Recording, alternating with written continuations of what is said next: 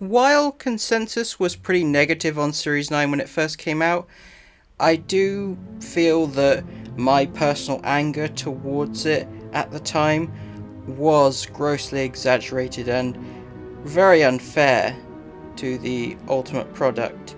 Right in the middle of my battle with mental health, I really didn't have the patience for Moffat's trollish sense of humour and the lack of any satisfying answers to the ongoing story. This is the point where I started to get a bit bored with the ongoing mystery box story arcs, and I honestly wouldn't be surprised if it was the same for Steven himself, given how awkwardly the hybrid is introduced and how it ultimately goes nowhere. I definitely get the sense that he wanted to drop them but was being obligated to put them in for the sake of formula. I'm not sure if that's the case, but I wouldn't be surprised if that's what happened.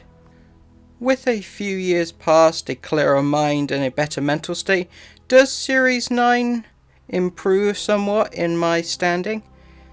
And I would say, sort of.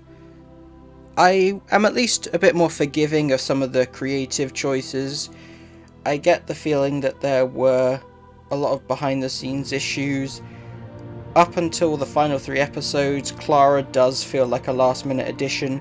I wouldn't be surprised if there was a draft of The Witch's Familiar where Davros didn't survive. The 12th Doctor being presented as having a more literal midlife crisis isn't as interesting as what was going on in Series 8, but it does still have some interesting elements. I like the use of his social cue cards, and the fact that we also have the serious aspect of him coming to terms with not only his mortality, but those he fails to save, first Ashildr and then eventually Clara. And regardless of how his story turned out, Heaven Sent will always be a great story. While the more loose two-parter setup does have some interesting potential seen in something like Under the Lake and Before the Flood, with other episodes it doesn't really work, and it's annoying that that became the precedent for multi-story arcs, as it just feels like the main episode's plot just gets dropped in the second half.